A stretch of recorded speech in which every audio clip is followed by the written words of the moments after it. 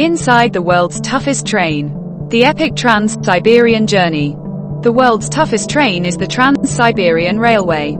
A monumental feat of engineering that spans the vastness of Russia, traversing one of the most unforgiving and challenging terrains on Earth. Operating from Moscow to Vladivostok, this railway stretches over a staggering 9,289 kilometers, 5,772 miles, making it the longest continuous railway line in the world. The route crosses 8 time zones, passing through cities, remote villages, dense forests, and the icy Siberian wilderness. Number of trains and route information. Several trains operate along this route, but the most famous is the Rossiya number 1. There are also trains like the Baikal, Yenisei, and Ocean, each named after significant landmarks or rivers along the route. The journey from Moscow to Vladivostok takes around 7 days, with multiple stops in cities such as Yekaterinburg, Novosibirsk, Irkutsk, and Khabarovsk. The Rossiya train departs Moscow's Yaroslavsky station and terminates in Vladivostok, covering 146 stops along its journey. The train's route is known for its dramatic landscapes, including the Ural Mountains, Lake Baikal, the world's deepest freshwater lake, and the Amur River. Passenger capacity and classes. The train has 3 main classes. Economy class, Platzkartny, open sleeping bunks accommodating up to 54 passengers per carriage. Second class, coupe, enclosed compartments with 4 bunks per cabin, offering more privacy. First class, Liux, luxurious compartments with 2 beds, private bathrooms, and additional amenities. First-class cabins are particularly popular among tourists and high-profile passengers. The train can carry around 900 passengers at full capacity, depending on the configuration of carriages. Onboard facilities and services. Facilities vary based on the class of service. Economy class offers basic amenities, with shared bathrooms and no frills. Second-class compartments provide more comfort, with individual storage spaces and curtains for privacy. First-class passengers enjoy air-conditioned cabins, complimentary meals, and access to a private lounge. The train also features a dining car that serves Russian specialties like borscht, pelmeni, dumplings, and beef stroganoff. Passengers can order food directly to their cabins or visit the dining car for a more social experience. Tea and coffee are staples, often served by uniformed attendants known as provodniks, female, and provodnitsa, male. These attendants are responsible for maintaining order, checking tickets, and ensuring passenger comfort. Ticket prices and travel costs. Tickets for the Trans-Siberian Railway vary depending on the class and season. Economy tickets start at around $200, while first-class tickets can cost up to $1,500 for the entire journey. Some luxury private trains, like the Golden Eagle, offer premium services at prices exceeding $10,000. Engine and speed. The train is powered by a diesel-electric engine, although some sections of the route are electrified. Depending on the terrain, the train's speed varies between 60 and 120 kilometers per hour, 37 to 75 miles per hour. The engine's weight can exceed 150 tons. And on challenging sections, double engines are used to handle the load. Each train consists of around 20 to 25 carriages, including passenger cars, luggage vans, and dining cars. Beautiful and dangerous spots along the route. The journey offers breathtaking views, especially around Lake Baikal, where the train hugs the shoreline, offering panoramic views of the pristine waters. The Ural Mountains and the Siberian taiga are other highlights. However, the route is also known for its challenges. Winter temperatures can plummet to -40 degrees Celsius, -40 degrees Fahrenheit, and snowstorms often create hazardous conditions. Suitable travel months. The best time to travel is between May and September, when the weather is relatively mild. Winter journeys are also popular for those seeking a true Siberian adventure, but the harsh cold can be a challenge. Ownership, budget, and finances. The Trans-Siberian Railway is operated by the Russian Railways, RZD, a state-owned company. The annual budget for maintaining and operating this railway is estimated at $500 million, covering everything from track maintenance to staff salaries. The railway generates substantial revenue, with annual profits exceeding $700 million after expenses. Security measures. Security is a top priority on the Trans-Siberian Railway. Each train has onboard security personnel, and major stations are equipped with metal detectors and X-ray machines. Surveillance cameras monitor the platforms and key areas inside the train. Passengers undergo baggage checks before boarding to deter terrorism and theft. The train also has an emergency alert system, allowing passengers to report any suspicious activity directly to the staff. Luggage allowance and sleeping arrangements. Passengers are allowed to bring up to 50 kilograms of luggage in first class and 35 kilograms in economy. Each cabin in first class accommodates 2 passengers, while second class cabins hold 4 people. The train offers clean bedding, and attendants ensure that cabins are prepared for sleeping each night. Noise levels and food service. Noise levels vary depending on the class. First class cabins are well insulated, ensuring a quiet journey. Economy class can be noisier, especially during busy periods. Food is served from the main kitchen in the dining car, but passengers can also order meals to be delivered to their cabins. Daily passenger numbers and historical events. On average, around 10,000 passengers travel on the Trans-Siberian Railway daily. Over its long history, the railway has seen several notable incidents, including derailments caused by harsh weather and rare cases of theft. One infamous event occurred in the 1990s, when a gang of robbers targeted passengers. This led to increased security measures and the introduction of armed guards on certain routes. Famous travelers. Several famous individuals have traveled on the Trans-Siberian Railway, including Nicholas II, the last Tsar of Russia, and renowned authors like Paul Theroux. More recently, the train has become a favorite among adventure seekers and travel bloggers documenting their journeys across Russia. Train staff and salaries. A typical journey involves a team of around 100 staff members, including engine drivers, attendants, chefs, and security personnel. Drivers work in shifts, ensuring they get adequate rest during long journeys. Salaries range from $1,000 to $2,000 per month for drivers, while attendants earn around $600 to $800. Staff uniforms are practical, designed for comfort and durability in all weather conditions. Medical facilities. Each train is equipped with a medical compartment staffed by a qualified doctor and nurse. This ensures that passengers receive prompt medical attention if needed during the journey. Ticketing options and history.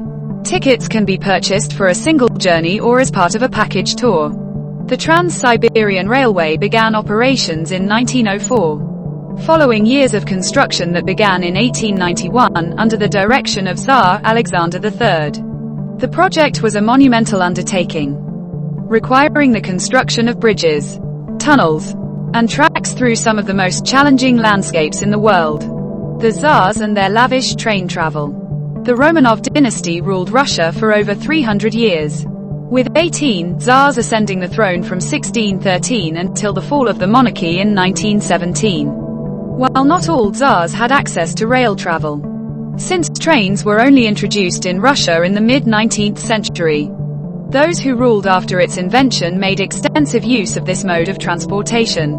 Tsar Nicholas I, who ruled from 1825 to 1855, was particularly influential in establishing Russia's railway network. His legacy includes the construction of the Tsarskoye Selo Railway, Russia's first public railway, connecting St. Petersburg to his summer residence. Tsars who traveled by train. Nicholas I, 1825 to 1855, oversaw the initial development of railroads. Alexander II, 1855 to 1881, expanded the rail network significantly. Alexander III, 1881 to 1894, commissioned the Trans-Siberian Railway. Nicholas II, 1894 to 1917, the last Tsar, frequently traveled by train across the vast empire. Lavish compartments for the Tsar and his family. Special royal train carriages were designed specifically for the Tsars and their families, ensuring unparalleled luxury and comfort. These carriages were not only opulent but also functional, serving as mobile palaces. Each compartment was customized to reflect the grandeur and status of the imperial family.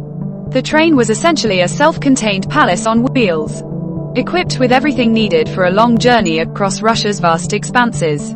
Facilities and amenities on the Tsar's train. Sleeping quarters. The Tsar's private sleeping quarters were furnished with the finest materials. The beds were adorned with silk sheets and plush bedding. The compartments featured exquisite wood paneling, gilded decorations, and hand-embroidered drapes. Each member of the royal family had their own compartment, ensuring privacy and comfort. Dining and food. The dining car was a grand affair. Meals were prepared by top chefs, often French or Russian, and served on fine porcelain with silver cutlery. The menu included gourmet dishes such as caviar, blinis, roasted game, and imported delicacies. Fine wines and champagnes were always available, along with an array of desserts and fruits. Security measures. Security was paramount. The Tsar's train was heavily guarded by elite soldiers and Secret Service agents. Armed guards patrolled the train, and special compartments housed security personnel. The windows were reinforced, and escape routes were planned in case of emergencies. The train itself was equipped with bulletproof compartments and secure communication lines. Bathing and hygiene. Lavish bathrooms featured marble fixtures, gold-plated taps, and spacious bathtubs. The royal family had access to hot and cold running water, which was a luxury at the time. Personal attendants ensured that baths were drawn to the correct temperature and that toiletries were always stocked. Entertainment and amusements. The train featured a salon car, where the family could relax and socialize. The salon was furnished with plush sofas, a grand piano, and a library of books. The Tsar and his family enjoyed games such as chess and cards. Musical performances were arranged during long journeys, with musicians traveling as part of the entourage. Children's play area. For the younger members of the royal family, a playroom was included. This space was filled with toys, games, and educational materials, ensuring the children remained entertained throughout the journey. Communication and office space. The Tsar's train also included an office compartment, where official business could be conducted. The Tsar had access to a telegraph system for sending messages to government officials. Advisors and ministers often traveled with the Tsar, holding meetings and briefings in specially designated compartments. Medical facilities. A dedicated medical compartment was equipped with the latest medical supplies and staffed by a personal physician and nurses. This ensured that the Tsar and his family received immediate medical attention if needed. Influence of train travel on the Tsars. Train travel allowed the Tsars to project their power and presence across the vast Russian Empire. It enabled them to visit remote regions, inspect military installations, and meet with local leaders. The mobility provided by trains also allowed the Tsar to maintain control over distant provinces and respond quickly to crises. Tsar Nicholas II's final journey. One of the most poignant moments in Russian history involving train travel occurred in 1917. Following the abdication of Nicholas II, he and his family were transported by train to Tobolsk and later to Yekaterinburg, where they were eventually executed. The train that once symbolized imperial grandeur became a vehicle of their tragic downfall. The Tsar's use of trains reflected their need for both luxury and control. These trains were more than just transportation. They were symbols of power and prestige. The lavish facilities ensured that even while traveling, the Tsar and his family experienced the same comfort and security as in their palaces. From gourmet dining to unparalleled security, the Tsar's train journeys were a testament to the wealth and influence of the Russian monarchy. During both the First and Second World Wars, Russia's extensive railway network, including prestigious trains like those used by the Tsars, played a critical role. However, the luxury and passenger-focused purpose of these trains significantly changed during wartime.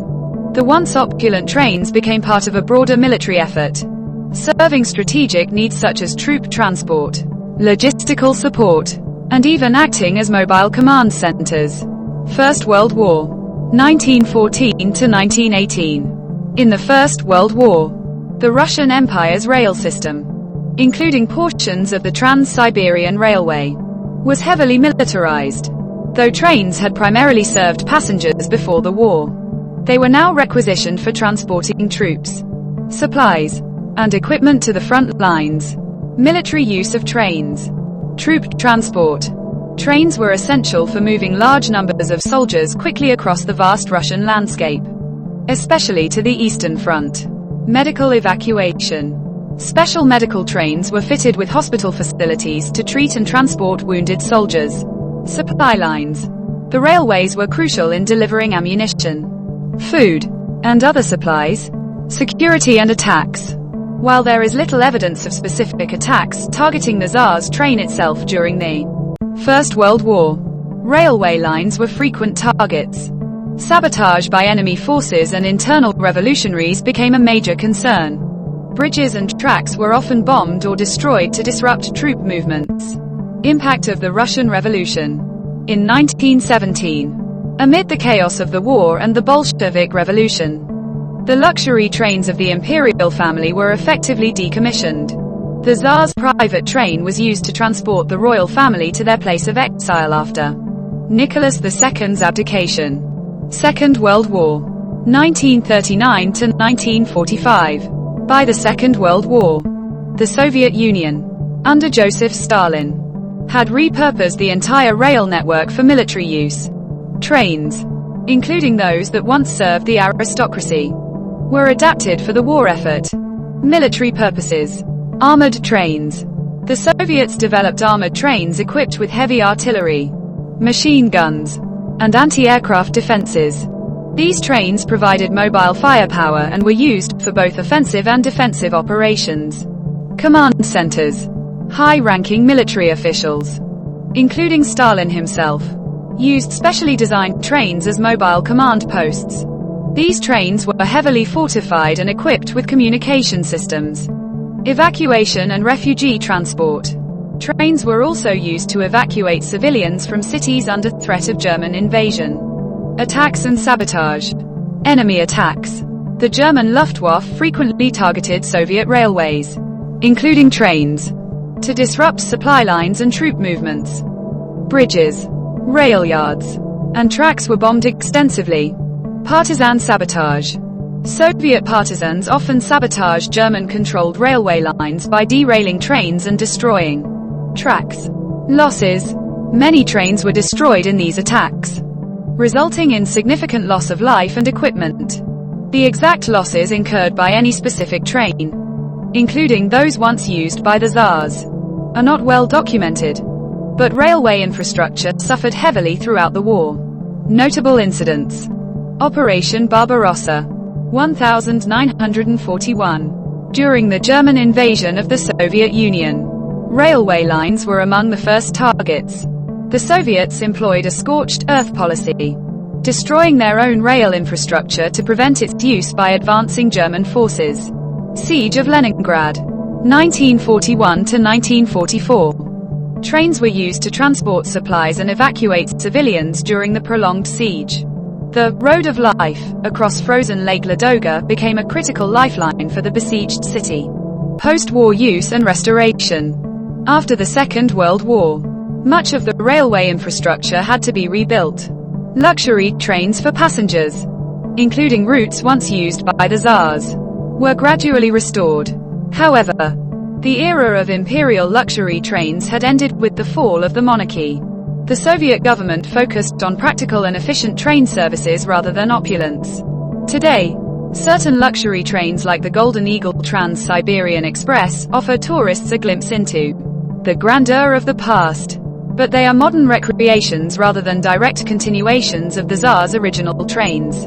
During both World Wars, trains that had once been symbols of imperial luxury were repurposed for military use.